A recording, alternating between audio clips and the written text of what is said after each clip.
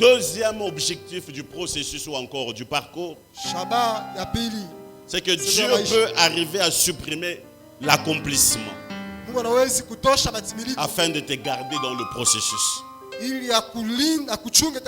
Car c'est le plus valeureux entre les deux selon lui. Et troisièmement, enfin, Dieu veut nous protéger contre les pièges de l'accomplissement. Vous savez, quand vous avez vécu longtemps dans une misère, quand vous avez vécu longtemps dans la disette, quand vous avez vécu longtemps dans la nudité, quand vous avez vécu longtemps dans le chômage, quand vous avez vécu longtemps dans la stérilité, lorsque l'accomplissement arrive, vous saurez garder les promesses de Dieu. Parce que vous savez ce par quoi vous êtes passé. Et vous ne pouvez pas, du jour au lendemain, prendre votre vie à la légère.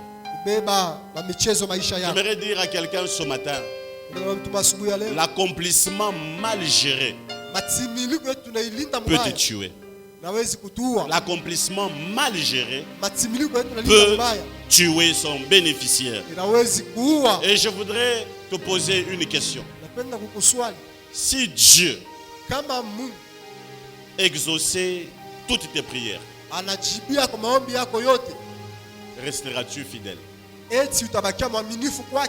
En fait, c'est la question que nous devons nous poser. Si Dieu exauçait toutes tes prières, est-ce que tu vas rester fidèle à Dieu? Si Dieu exauçait toutes tes prières, aurais-tu le temps pour Dieu? Si Dieu exauçait toutes tes prières, aurais-tu le temps de le chercher dans la prière? Si Dieu exauçait toutes tes prières, viendras-tu à l'église? Si Dieu exauçait toutes tes prières, jeûneras-tu? Liras-tu la Bible?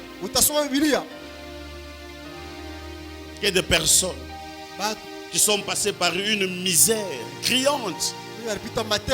Et lorsque Dieu les a bénis, et lorsque le processus est arrivé à la fin, ils ont vu l'accomplissement.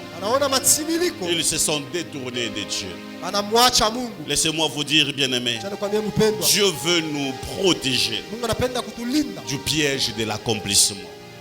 De sorte que lorsque nous arrivons dans notre bénédiction, nous puissions garder ces choses à cœur.